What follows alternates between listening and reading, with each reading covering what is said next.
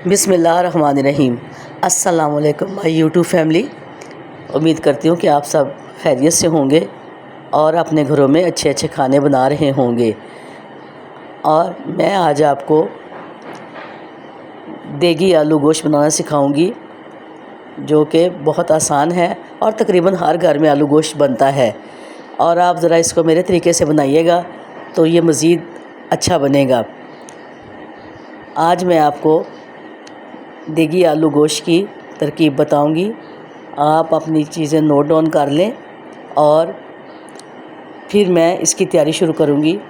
जो कि मैंने इसमें चीज़ें इस्तेमाल की हैं वो मैं आपको बताऊंगी। आप इसको ज़रूर बनाइएगा, ये बहुत मज़े का बनता है। अब मैं आपको बताऊंगी कि मुझे कौन सी चीज़ें दरकार हैं, वो मैं आपको लिखवा देती हूँ। फिर हम इसको पकाएंगे। और ये मेरे पास आधा किलो मटन है और इसको मैंने धो के साफ़ करके रख लिया है। आप चिकन भी इस्तेमाल कर सकते हो, बीफ भी कर सकते हो, ये आपकी मर्ज़ी है।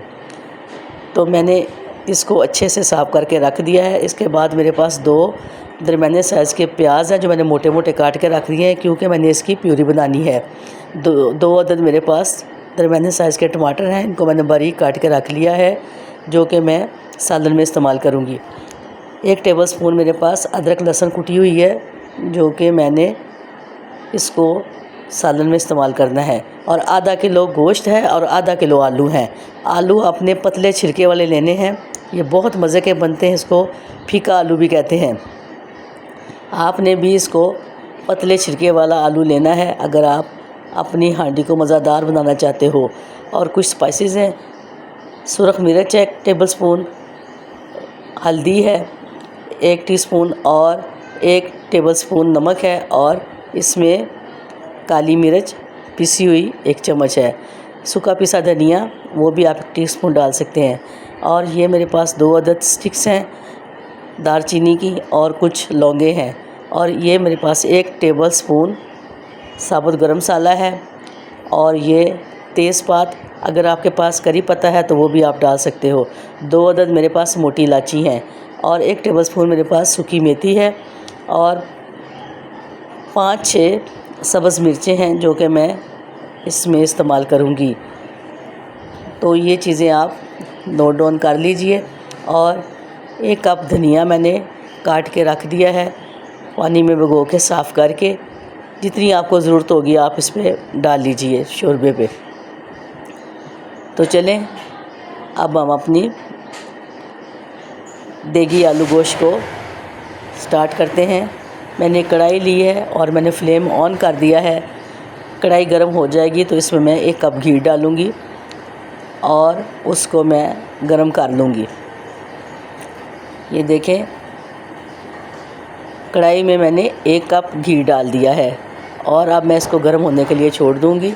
जब ये अच्छे से गर्म हो जाएगा तो मैं इसमें जो मैंने आधा किलो मटन लिया है उसको धो के साफ़ करके मैंने रख लिया है, मैं इसमें मटन डाल दूँगी और इसको आहिस्ता आहिस्ता फ्राई करूँगी।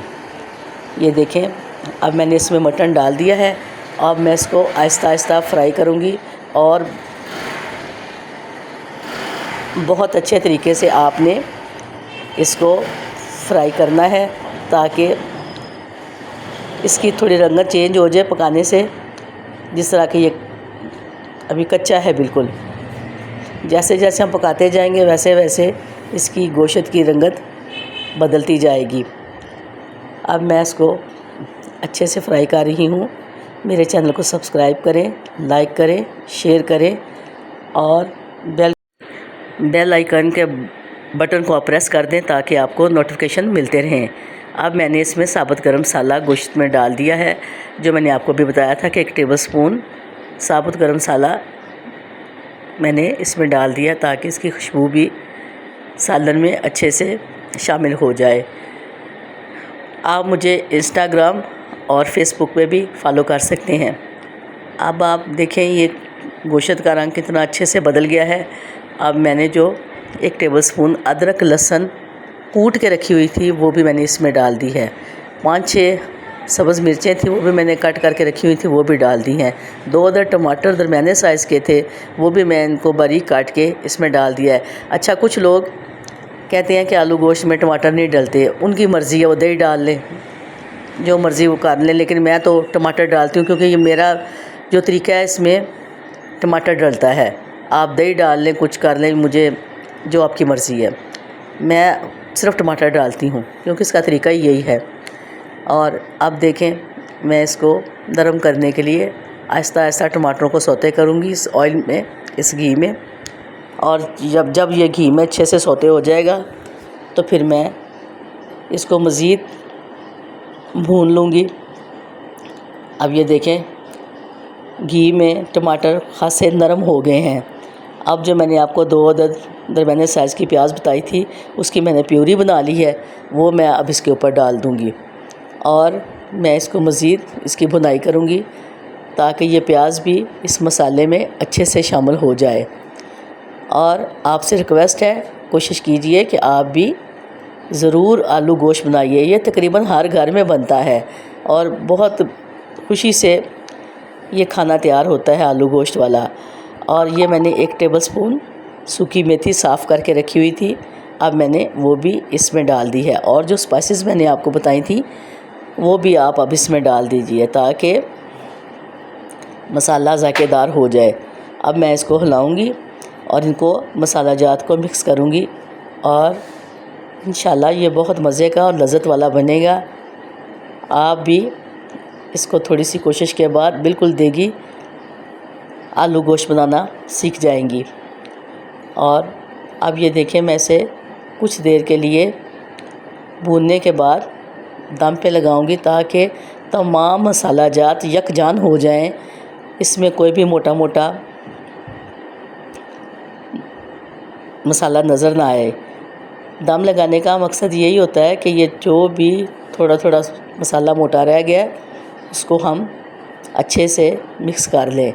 अब मैंने इसमें 1 कप पानी और डाल दिया है ताकि ये दम में अच्छे से गल भी जाए गोश्त और मसाला भी साथ में अच्छे से तैयार हो जाए।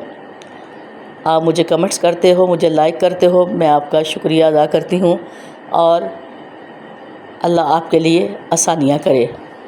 अब मैं थोड़ी देर के बाद इसको चेक करूँगी कि ये हमारा भुना हुआ गोश्त जो कि मसाला जात इसमें डाले हैं कंप्लीट हो गया है। ये देखें, माशाल्लाह से तमाम मसाला यकजान हो गया है और इसमें तमाम जायका गोश्त में और मसाले में अच्छे से आ गया है। अब मैं इसमें अगला स्टेप, जो मैंने आलू काट के रखे हुए थे आधा किलो, उनको मैंने काट के साफ़ करके धो के रख लिया था और भिगो दिया था। अब मैं इसमें जो मैंने आलू धो के भिगो के रखे हुए थे वो डालूँगी ताकि वो भी साथ साथ इसमें अच्छे मसालादार बन जाएं और फिर ये शोरबे में बहुत ही मज़े के बनते हैं। आपने फीका आलू लेना है। फीका आलू बहुत लज़्ज़त वाला होता है और खाने में इसका बहुत मज़ा आता है। अब जो मैंने आधा किलो आलू धो के साफ़ करके रखे हुए मैंने डाल दिए इस पर। अब इसको भी मैं भूनूंगी और भून के इसमें मैंने शोरबा तैयार करना है। अभी मैं इसको भूनूंगी ताकि मसाला इसमें जज़्ब हो जाए और ये अच्छा ज़ायकेदार आलू गोश्त तैयार हो जाए। आप इसको ज़रूर ट्राई कीजिएगा और जो चीज़ें मैंने लिखवाई हैं आप नोट डाउन कर लीजिएगा। जो नई बच्चियां सीख रही हैं वो तो ज़रूर देखा करें और बनाने की कोशिश करें। इंशाल्लाह वो भी माशाल्लाह से बहुत अच्छे से खाने बनाने शुरू कर देंगी। आप मेरी चीज़ों को नोट डाउन कर लीजिए और इसी तरह मेरे तरीके से आप बनाइएगा, इंशाल्लाह आप भी बहुत अच्छा खाना बनाएंगी। अब मैंने इसमें 1 जग पानी डाल दिया है। आप पानी कम ज़्यादा कर सकते हो, लेकिन मैंने इसमें 1 जग डाला है क्योंकि मेरा गोश्त भी जो मैंने रखा हुआ था मटन का गोश्त वो भी गल गया है। अब मुझे सिर्फ आलू गलाने के लिए पानी दरकार था, इसलिए मैंने इसमें ये पानी डाल दिया है। आलू गोश्त के शोरबे को थोड़ा थिन रखते हैं ताकि ये बहुत अच्छा लगता है थिन शोरबा। और ये देगी शोरबा होता भी ऐसे ही है। ये मैंने आलू इसलिए मोटे मोटे काटे हैं, इसको मैं देगी आलू गोश्त बना रही हूँ। और आपने भी थोड़े से मोटे क्यूब नहीं काटनी है, आपने थोड़ा सा आपने आलू को मोटा रखना है ताकि हमारा शोरबे में, देगी शोरबा तैयार करने में थोड़ा सा आलू मोटा होना लाजमी है। अब मैंने तैयार कर लिया है, इसको मैं अब अच्छे से डोंगे में सर्व करूँगी। और ये माशाल्लाह से परफेक्ट देगी आलू गोश्त तैयार हो चुका है।